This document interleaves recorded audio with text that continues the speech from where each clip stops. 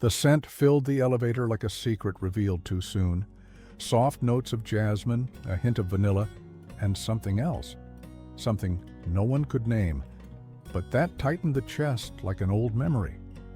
Abby held the shattered bottle in her hands, a small cut on her palm, but all she could feel was the silence. The man in front of her stared, stone-faced, gray eyes, intense, unreadable.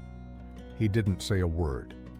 But something in that gaze made Abby shiver. Only when the doors opened did she realize who he was. Freddy Delacroix, CEO, untouchable. She walked out, heart racing, trying to steady her hands. It was only her second week at Delacroix Fragrances, and she'd already made the worst first impression possible. No one noticed her as she entered the office. No one ever really noticed her. But Abby had something rare. She felt the world through scents others ignored. To her, smells were memories. They were love, loss, courage, translated into invisible waves. That bottle she dropped? It wasn't meant to sell. It held the fragrance of the day her mother died, a scent to remember, a scent to exist. In the boardroom, muffled voices and polished smiles circled around numbers, not stories. When the creative director invited her to share something, Abby took a breath. She opened her folder of sketches and notes, not formulas, but feelings. What if every perfume told a story, she asked, shy but firm. The room chuckled. Someone coughed. Freddy cut her off. Perfume isn't poetry, miss. He paused, reading her badge. Abigail? It's product, profit, campaign, not therapy. Silence fell heavy. Abby stood still, but didn't retreat. But the right perfume can heal. Freddy looked away. Next topic. That night, Abby returned to the lab alone, lights off, but she knew the path to her improvised station. She grabbed another bottle, rough, unlabeled, and left it on Freddy's desk. No note, no name, just the scent. Whoever smelled it would understand, or not. Across the city, Freddy was finishing another empty dinner. Perfect food, expensive wine, empty conversation. In the backseat of his car, he closed his eyes, and the scent was there, on his tie, on his skin, in his memory. The next morning, Abby was called to his office. She expected a reprimand, a warning, maybe even termination, but he simply held up the bottle. Where did this come from? He asked. She hesitated. From what I couldn't forget. He didn't reply right away. He held the bottle with surprising care. There was a crack in the glass. Imperfect, but beautiful. Like something that survived a fall. Like him, though he'd never admit it. You entered my lab without permission? He asked. The door was open. It wasn't, she met his eyes. Then maybe you left it open. Without realizing it, he leaned back slowly. Abby knew she'd crossed a line, but she also knew she had spoken the truth. Freddy wasn't angry. He was confused. And for a man like him, that was worse. That night, he went down to the old lab. No one had entered since the accident. Dust covered everything, but the bottles remained intact.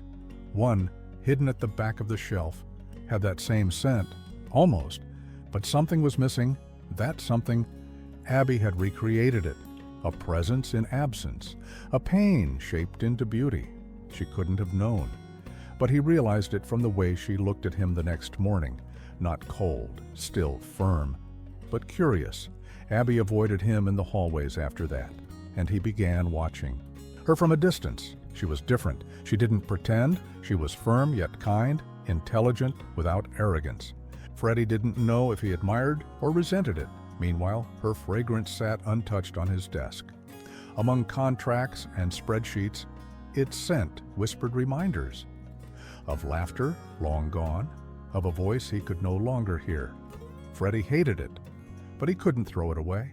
Some things, like certain perfumes, linger even when unwelcome. She'd arrived early, carrying a notebook and a dream. Abby had no wealthy background, no powerful contacts, only an unusual gift. She associated scents with memories and people, like decoding a soul through smell. Getting that internship felt like a door finally opening, but she didn't expect so much ice behind the glass. Her lab station was a dusty corner on the third floor, but to Abby, it was the perfect size for hope. She arranged her bottles carefully, naming them Return, Rain at the Gate, Vigil. Her collection didn't follow trends, it captured sensations. She believed in fragrances that spoke even without words. High above, Freddy watched the city through glass and silence. Everything below moved fast, but he remained distant, untouched. Since his sister's death, life felt mechanical, cynical. Surrounded by luxury, he was a prisoner of his own success, and any attempt at feeling was seen as dangerous. That morning, Abby walked into the office with steady steps. The meeting was at 9. She carried a box with 3 vials, 3 emotions, and in her pocket, a note she wrote for herself. Some scents fade, others remain. May I be the latter. The room was full, but it felt smaller with Freddy seated at the head of the table. Executives exchanged tense glances as Abby placed the bottles on the table. She knew she wasn't welcome there. She was young, new, and worse, too bold. But she wasn't there to please. She was there to present something she truly believed in. "Gentlemen," Freddy began, "Miss Abby will present an experimental concept." He didn't smile, didn't defend her, but he didn't shut her down either. The room held its breath. Abby stood slowly, her back damp with cold sweat. Every fragrance carries a story, and every story deserves to be felt. That's how. Something no one expected began. She opened the first bottle. This one's called Return. Notes of bergamot, cinnamon, and lavender filled the air with warm nostalgia. It's the scent of coming home, even when home is just a memory. Suspicious faces began to soften. Even the most skeptical seemed touched by involuntary memories. The second bottle was called Promise. Notes of orange blossom, white musk, and a hint of sandalwood. It speaks of the moment we believe, even with no guarantee. She looked directly at Freddy as she said it, and for the first time, he looked away.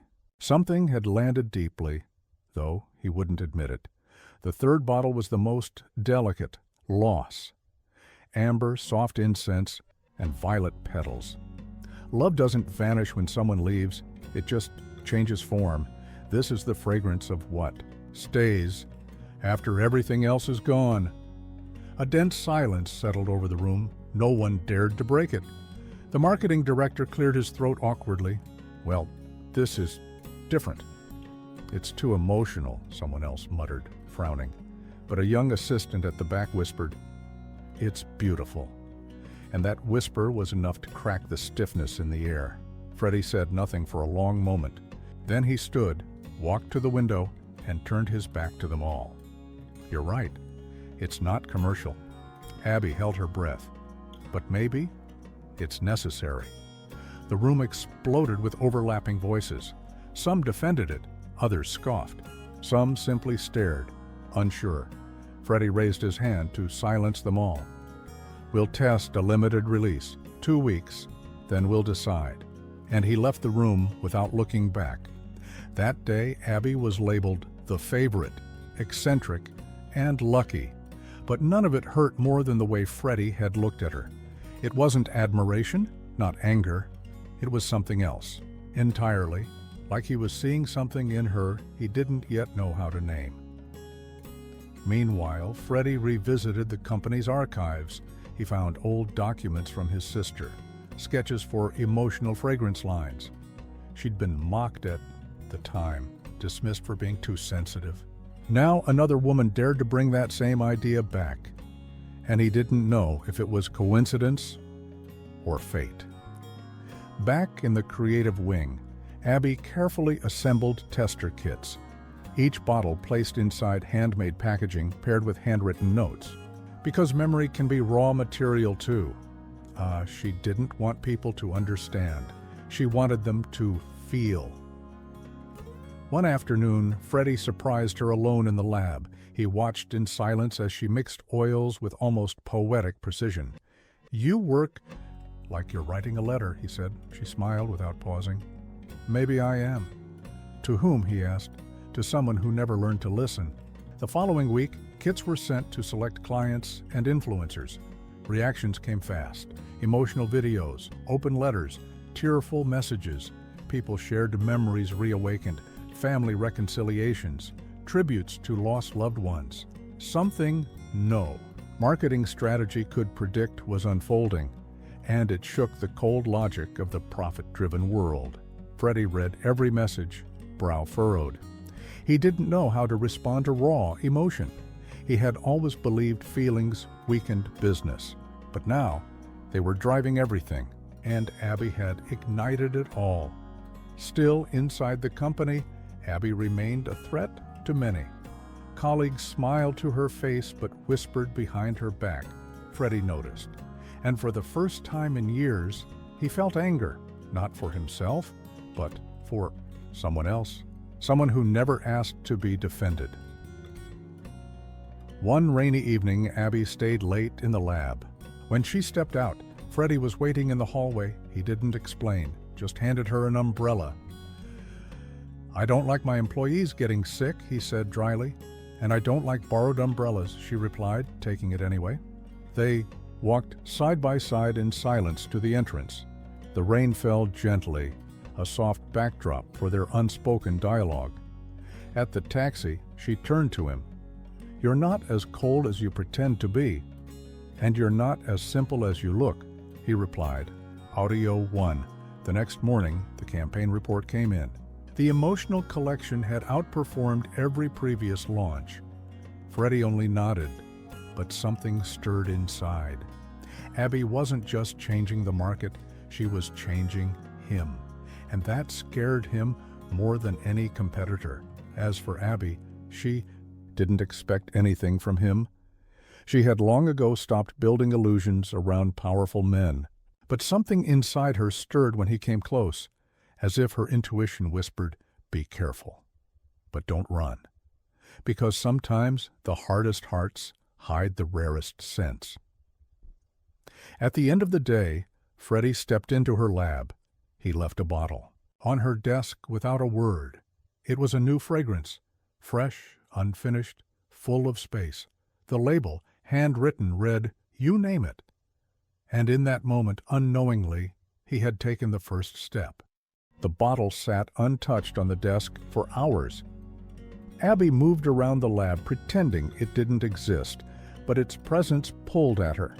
Subtle, constant, almost magnetic.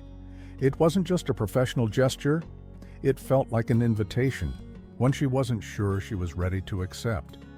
When she finally opened it, a familiar sensation hit her. Not the scent itself, but the feeling it stirred. Absence, longing, silence. It was raw, incomplete, but heavy with buried emotion, like it had been made by someone trying to remember, but failing. And suddenly, Abby knew. This was about someone he lost. She stayed up all night working with that bass. With delicate care, she honored every note as if touching someone else's grief. At sunrise, she added a single drop of cherry blossom, softness for sorrow. Then, a hint of white moss, persistent memory, reshaped. She named it simply, Still. The next day, she left the new bottle on Freddy's desk, no note attached. A few hours later, he entered the lab with firm steps but softer eyes. He placed the bottle in front of her. "You changed this." She looked at him. "I just finished what you started." He didn't reply, but he didn't leave either. The silence between them was dense, but no longer hostile. Freddy stared at the tools on her desk like they were ancient relics. Abby sensed he was about to share, or walk away forever. "My sister," he finally said. "She used to make perfumes, like you." She died before she could launch her own line. Her name was Elise, young, impulsive, full of wonder. She used to say every perfume was a letter to someone who couldn't read. Freddy exhaled, staring at his hands. I didn't get it then. I thought it was nonsense. Abby said nothing. She knew some memories only needed space. Elise had died in a car accident. Freddy blamed himself for not picking her up that night. She'd left the company after one more meeting where her ideas were ridiculed. She texted me before leaving, he said. She still believed feeling was worth it. Since then, Freddy had sealed the lab and his heart. He turned Poetsi company into a perfect machine, an efficient, cold, profitable. But Abby's scent had stirred something he thought was buried. You brought her back for a few seconds, he whispered. And in that moment, Abby saw he wasn't made of ice. He was made of pain. That week, they started sharing the space more often. Not as friends, not yet, but as two people carrying pieces of each other without knowing how. They argued over scents, clashed over names, challenged ideas. And slowly, their hearts began to beat in the same rhythm. One night, the power went out, and only the two of them remained on the floor. By candlelight, Freddy laughed for the first time in front of her. I don't know what's rarer, this light or me laughing, he said. Abby smiled. I think you're starting to feel, Mr. Delacroix. Don't get used to it, he muttered, but his eyes said otherwise. Another day, Abby found an old folder in Elise's abandoned lab. Inside were unfinished formulas with titles like Late Summer and Blind Faith. She brought them to Freddy, who sat silently, flipping through the pages. She wanted a collection called Absent Presences, he said softly. No one ever understood her, not even me. Abby made a bold suggestion. Let's finish what she started. Blend her ideas with mine, honor her. It wouldn't be exploitation if we do it with truth. Freddy hesitated. Opening that past felt like reopening a wound, but something about Abby made him want to try. The following week, he called a meeting with the board. He proposed a limited release inspired by Elise's work. This is a line that honors what was silenced, he declared. Some objected. It won't sell, they argued. He stood his ground. Then we find out. Or close this chapter for good. Abby poured her soul into the new line. Freddy watched her, fascinated by how she gave life to the invisible. Sometimes he arrived early just to watch her mix oils like a quiet dance. Abby, too, started seeing him differently. Still guarded, but with cracks in his armor. One afternoon, they went up to the rooftop to test a scent in the open air. The wind carried it away, and they stood in silence, watching the sky. Have you ever thought about giving up? He asked. Every day, she answered. But then I remember why I started. And why did you start? Because I needed to be heard. He said nothing. But he inhaled deeply from the tester, eyes closed. What would you call this one? He asked. Courage, she said. Not the kind that's fearless, the kind that goes on despite fear. Freddy slipped the bottle into his coat pocket. He said nothing, but that gesture said everything. That night, Abby found a flower on her desk, a white peony, her mother's favorite. No note, no explanation, but she knew. It was his quiet way of saying, I see you. Whispers around the office grew louder. Some called her a threat. Others said she was Freddy's affair. Abby tried to ignore it, but every word stung. And Freddy began retreating again, maybe out of fear. Their closeness began to unravel, not from anger, but from silence. An investor meeting was scheduled. Freddy made no mention of the emotional collection. Instead, he focused on numbers and projections. Abby watched in silence, disappointment burning quietly inside her. Afterward, she confronted him. You brought me this far. Now you'll erase me? He had no answer. He stood, torn between protecting his image and protecting something new inside him. Abby left without another word, but as she passed his desk, she left behind a note. If you don't feel, it's just a scent, nothing more. That night in the warehouse, silence said more than any speech. Abby and Freddy stood before the Permanence bottle, like two worlds that had finally stopped running. He didn't try to touch her, didn't rush the moment, and for her, that meant more than any promise. It was as if he was finally ready to stay. In the following days, they worked side by side again.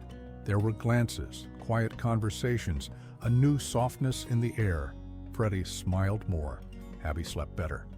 But even in the warmth, there lingered an unspoken fear that maybe happiness was too fragile to last.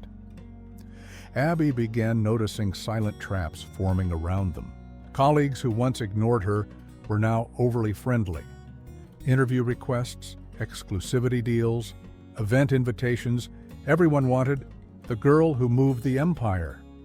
But she didn't want to be a product, and she didn't want their love, mistaken for strategy. Freddy, on the other hand, faced a different fear. Yes, he was in love, but didn't know how to show it. Every gesture felt insufficient for someone like Abby. He, so used to control, felt clumsy before her ease, and deep down, he feared that being open would cost him everything. One evening, as she organized new vials, he appeared with 2 coffees. "I didn't know what you liked, so I brought both," he said awkwardly. She smiled, picking the stronger one. "I like flavors that don't pretend," he chuckled, tired eyes softening. "Same here, even when they sting." That night, he finally spoke about his father, a rigid, ambitious man who trained him to win, but never to feel. With him, emotions meant weakness, and weakness meant punishment. Abby listened without interrupting, gently holding his hand. In that silent exchange, he realized he felt safe with her, but the world didn't stop for them. The simple collection began gaining traction inside the company. Investors were excited. Offers for global expansion poured in, and with growth came the shadows. The media, and with the media came the storm. An article dropped suggesting Abby had won over Freddy to rise within the company. Old photos, twisted timelines, and a tabloid headline: "The perfumer who stirred the world, or just her boss." Freddy was furious. He wanted to sue, but Abby, she just cried, silently. They fought that night. She accused him of never defending her publicly. He said his silence was meant to protect. "You protect too much and love too little," she whispered. "I don't know how to love properly, Abby, but I'm trying," he said. She walked out of his apartment without turning back. She needed air, space, a reminder of who she was before all of this. Because even though she loved him, she couldn't stay in something that hurt. She returned to her old room, where even the bottles smelled like hope, and cried like someone washing their heart clean. Freddy went silent for days. No calls, no meetings. People whispered that he was ill, but he knew he was just feeling what he'd avoided for years. Her absence disassembled him more than any business crisis. Abby threw herself into a quiet project, a small, nameless collection. She called it Simple. Sense of second chances, forgiveness, and the courage to begin again. Each bottle healed a piece of her. She didn't need applause. She needed truth. Then Freddy showed up at the lab. No suit, no persona, just him. Vulnerable. "Can I smell them?" he asked, pointing at the table. She nodded. And as he inhaled the first scent, tears filled his eyes. "Is this about me?" he whispered. "It's about us," she replied. They sat on the floor among beakers and notes. Freddy apologized, not with speeches, but with sincerity. "I hid behind protection, and I left you alone in the spotlight." Abby rested her head on his shoulder. "I don't need protection, I need presence." The reconciliation wasn't cinematic. There was no dramatic kiss or grand gesture, just coffee, slow walks, small touches. But each detail was more real than any public declaration. They were learning to love without fear. For the official release of the new line, Abby had one request: no stage, no lights, no press, only real people, customers who had written to them, families touched by memory. Freddy honored every word. At the end of the event, they stayed behind in the empty hall. Abby held a bottle labeled Renew. Freddy pulled her close. "Do you still doubt me?" he asked. "Sometimes," she said softly, "but not today."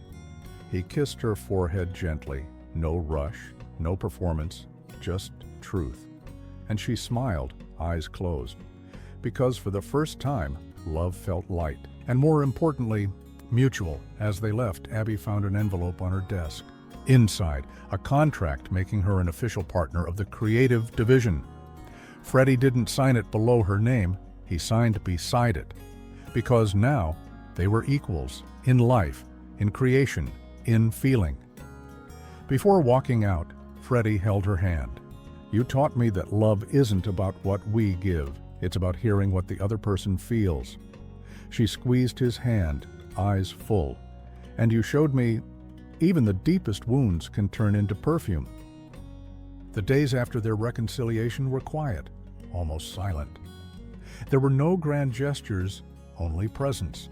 Freddy and Abby returned to working side by side like two people who had learned how to stay. They didn't talk about the past, but they looked at each other differently, with more depth, more care. Abby requested full creative freedom for her return. She wanted a new line, made with no rush, no pressure, no flashy campaigns. "I wanted to speak about what remains when everything ends," she told Freddy. He didn't hesitate. Because now, he didn't want to control. He wanted to allow.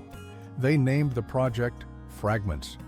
Perfumes, inspired not by endings, but by quiet re-beginnings. Each bottle would be numbered, not named. Abby wanted people to give their own meaning. Sometimes healing isn't about understanding, it's about feeling. While Abby created, Freddy worked on a quiet secret. He wanted to honor Elise, the sister he had once failed to protect. He decided to transform her old lab into a public creative space, a place where young perfumers could learn to create from emotion. He called it Casa Elise. Abby found out when he handed her the invitation.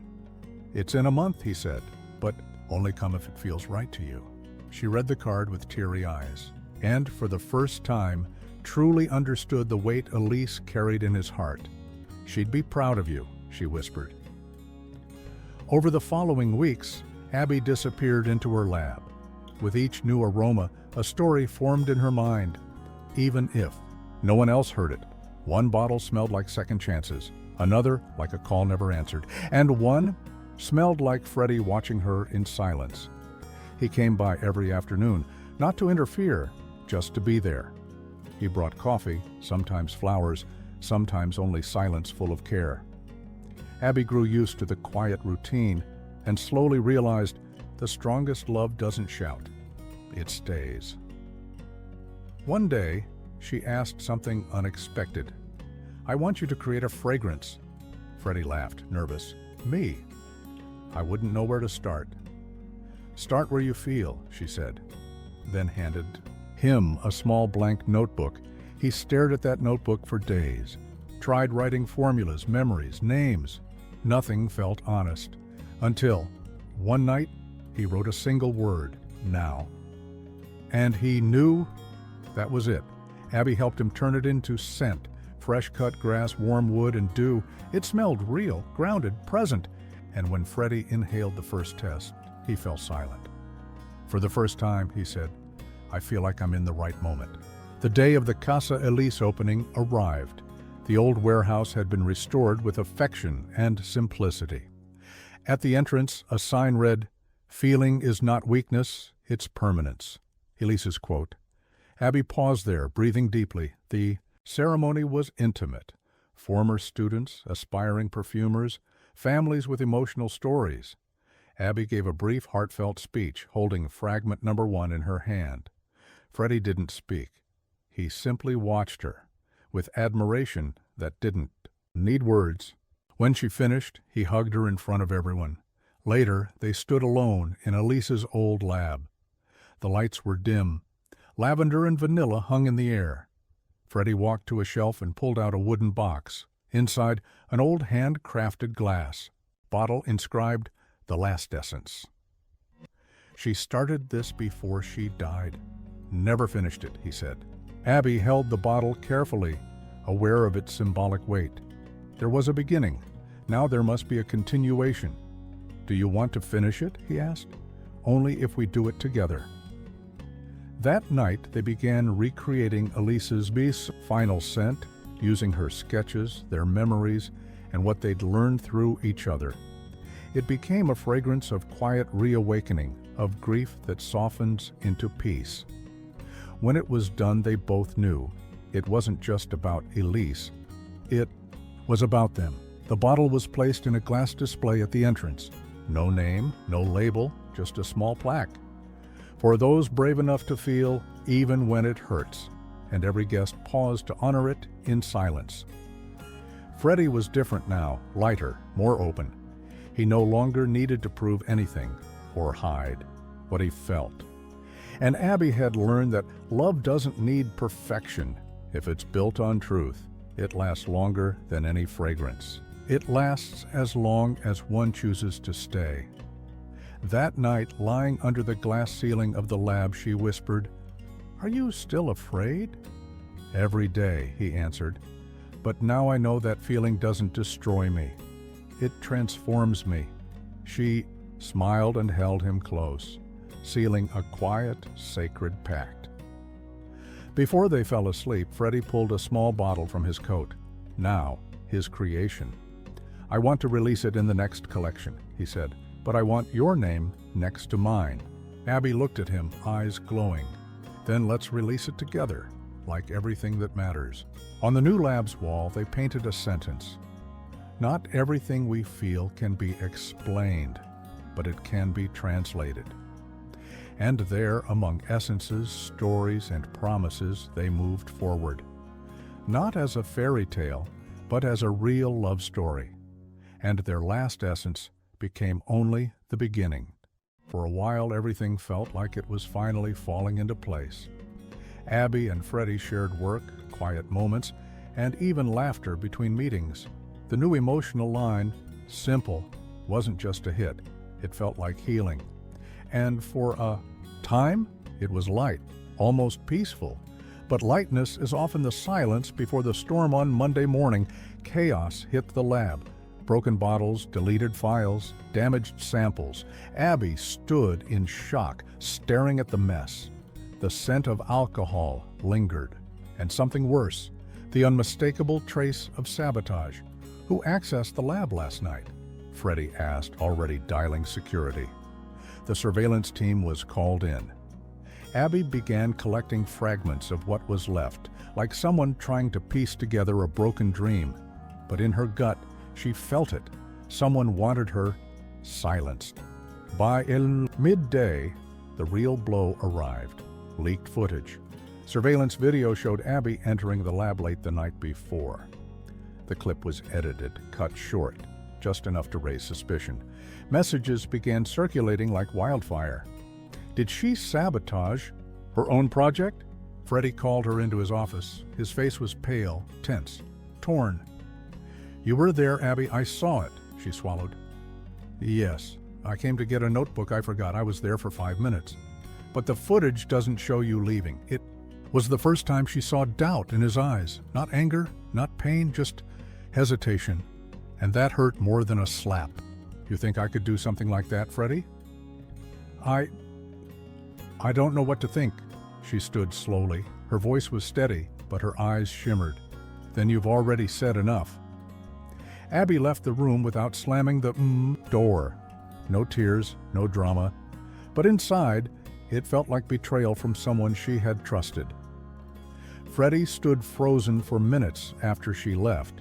He replayed the footage, questioned IT, requested deeper logs. But the seed of doubt had already been planted. Even trying to erase it, it grew. He knew Abby couldn't do this, but fear makes a lot of noise. That night, Abby didn't go home. She booked a modest hotel where no one knew her name. She needed air, silence, distance. She still loved him, but love without trust is like perfume without scent, empty.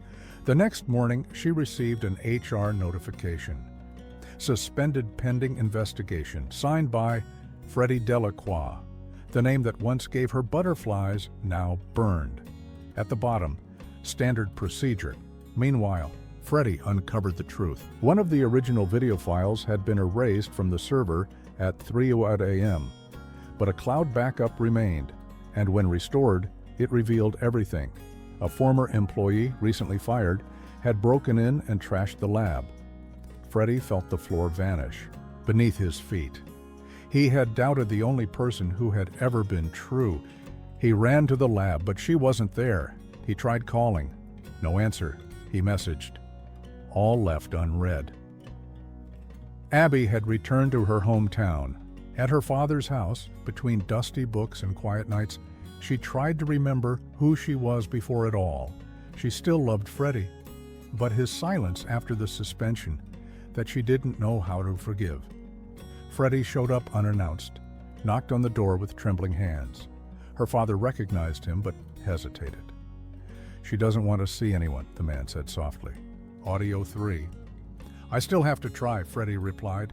Abby saw him from the window and wanted to hide, but something inside begged for closure. She stepped outside slowly, stopping a few feet away. Freddy pulled out an envelope and held it out. "This is the truth, the evidence, and I'm here to say I'm sorry." She took the papers and read in silence, clear images of the real intruder, proof, exoneration, but it didn't erase what she'd felt. "You pushed me away based on a doubt," she said, "and that doesn't disappear with a report." Freddy looked completely undone. "I was raised to doubt, to investigate, not to feel." Abby held back tears, but one escaped anyway. "And I was raised to resist, but even strong people get tired. I don't want you strong, I want you happy. With me." She didn't speak. It wasn't a moment for answers, it was a moment to feel. Then she did something unexpected, pulled a bottle from her coat, a new creation, titled Sorry. Notes of jasmine, smoke, and a hint of salt. Like tears, Freddy took the bottle with trembling hands. "You made this, even after everything? Because forgiveness starts inside. I had to heal here first," she said, pointing to her chest. He stepped closer, eyes full. "I'll never doubt you again." She hugged him. The first time in days, no speeches, no pride, just a raw, real embrace. And there, in the scent of memory and reconciliation, something began again. Not from scratch, but from what remained. Stronger, because even a lie can lead to the truth. The days following their reconciliation were slow and gentle. There were no grand declarations, just daily presence. Freddy and Abby rebuilt their rhythm like two people relearning how to walk. No more apologies were needed, but every glance said, "I'm still here." They worked side by side on the new collection with calm clarity. It wasn't rushed, loud, or meant for headlines. It was personal, a quiet celebration of survival. And this time, they named it Fragments. The concept was simple, bottles without names, just numbers. Let the person who smelled them decide what it meant.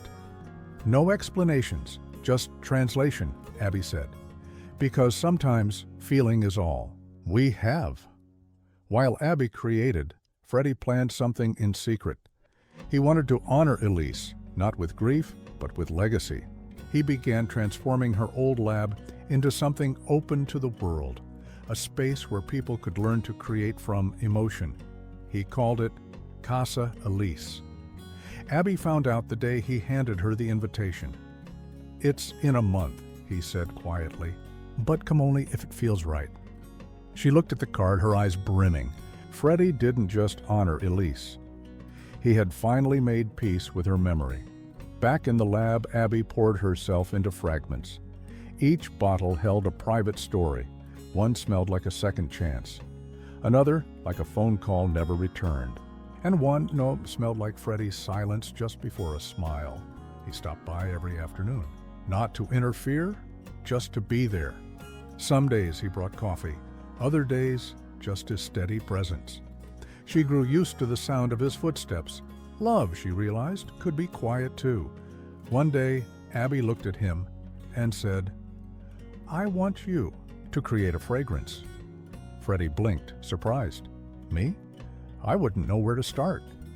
She handed him a notebook. "Start where it hurts," and walked away, smiling. He stared at that blank notebook for 3 days. Every formula he wrote felt wrong. Until one night, he wrote a single word, "now," and he knew that was it, the scent of choosing the present. Abby helped him build it. Fresh cut, grass, warm cedarwood, morning dew. When Freddy smelled the final blend, he went quiet. For the first time, he whispered, "I feel like I belong to time again."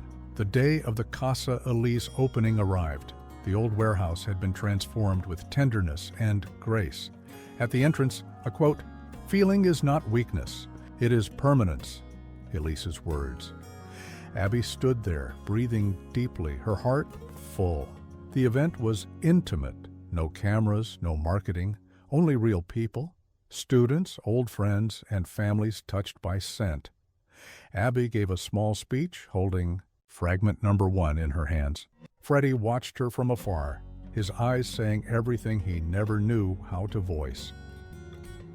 Later, in Elise's restored lab, the two stood alone. The lights were soft, and the air carried hints of lavender and dust. Freddy opened a small wooden box. Inside, a fragile glass bottle. "Label the last essence." "She started this before the accident," he said, "but never finished it." Abby took the bottle, her hands careful and reverent. "Then maybe we finish it together." "You'd want that? With you?" Yes. They worked through the night, not recreating, continuing, using Elise's original notes, blending in their own. It smelled like grief softened by time, like a beginning born from an ending. When it was done, they placed it in a glass display. No name, no branding, just a small plaque, for those brave enough to feel even when it hurts. Every visitor paused there in silence. Freddy had changed, subtly but completely. He still hated noise, still loved precision. But he had made room for tenderness. Abby, in turn, no longer needed to fight so hard, because now she felt chosen. Every day, that night, under the skylight in the lab, she asked, "Are you still afraid?" "Always," he said, "but I've learned that feeling doesn't break me. It makes me real." She smiled. "You finally smell like you." Before leaving, Freddy took a small bottle from his pocket. Now, his first creation. "I want this in the next launch, but I want you to sign it with me." Abby's eyes softened. "Then let's sign it together, like we do with everything now." On the lab's main wall, they wrote in careful strokes, "Not everything we feel can be explained, but it can be translated." And in that place, between bottles and truths, they kept walking, because sometimes the last essence is only the beginning. The success of Casa Elise spread faster than they expected, but not because of flashy marketing or influencers. It grew through stories, quiet ones told by scent, memory, and presence. Visitors didn't come to shop, they came to feel. Abby watched it all with quiet wonder. She didn't want headlines. She wanted truth, depth, and a love that stayed even on gray days. And slowly she realized she already had that, because Freddy was still there, present, imperfect, but real. He had changed. Not dramatically, but honestly. He greeted employees by name, he laughed more, and most of all, he let himself be known. But his biggest gesture was still to come. One Saturday, Abby entered the warehouse and found it transformed. There were flowers, photos of Elise, framed client letters, and a small stage. Freddy stood at the center, holding a microphone and a tender smile. "Today is not a launch," he said. "It's a thank you and a promise." She froze, heart pounding. He continued, "Before everyone here, I want to thank the woman who changed my life without asking for anything in return. And I want to ask her to walk beside me as my partner and my love." Abby stepped forward slowly. Behind her, the display showed a bottle of their new fragrance, Permanence, a scent about choosing to stay. She took the mic with teary eyes and said, "Yes, because now I choose you too." The applause was warm, sincere, and small. No press, no spotlight. Only people who mattered, colleagues, friends, families touched by their story. And there, between scent and silence, love remained. The next morning, they sat on the lab floor barefoot, sipping coffee. They had deadlines, ideas, emails waiting, but none of it mattered. They talked about small things, shared smiles and old music. Love, they realized, could be as simple as this. That day, Abby created a new perfume, almost without realizing. Transparent bottle, soft notes of wood and skin and warmth. Freddy asked, "What will you call it?" She smiled. "Arrival?" Freddy began teaching once a week at Casa Elise. His words were few, but his presence spoke volumes. He told stories of failure, of grief, of Abby. "She taught me everything I never learned," he said once. "She taught me to feel and to stay." Abby continued teaching too, in a different way. She hosted scent workshops for children, elders, and women starting over. "Scent heals what we can't name," she'd say. After each session, she wrote one line on the board: "What stays, transforms." One sunny Sunday, Freddy brought her back to the elevator where it all began, the same place she dropped her first bottle. They stood there laughing. "If I had known what was coming after that bottle broke, I would have dropped it on purpose," she joked. She looked at him seriously for a moment. "Are you still afraid of losing me?" "Every day," he said, "but I don't run from it anymore. I use it as a reminder that what's precious deserves care." They moved into Elise's restored home, a cozy place with wide windows and a lavender garden. There they planted white peonies together, Abby's mother's favorite. Every room held scent, story, and silence. And in every corner, there was love. One morning, Freddy handed Abby a handwritten letter. It wasn't polished, it wasn't poetic, but it was real. "If I ever mess up again, remind me where we started, and give me a chance to stay." Abby read in silence, then hugged him without a word. "I don't want a perfect love," she said. "I want one that stays even after the mess." And he whispered, "Then we're exactly where I hoped we'd be." They released their final fragrance in the Fragments collection. Its name, Us, a warm, earthy blend that smelled like togetherness. The label said only one line: "Some scents fade, others remain, some stay, because we choose them."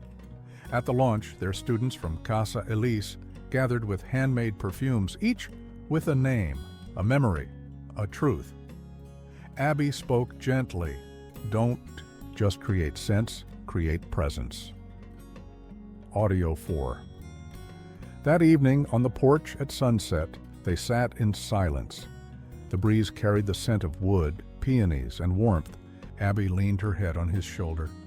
"Do you still feel all this?" "I do, and now I know.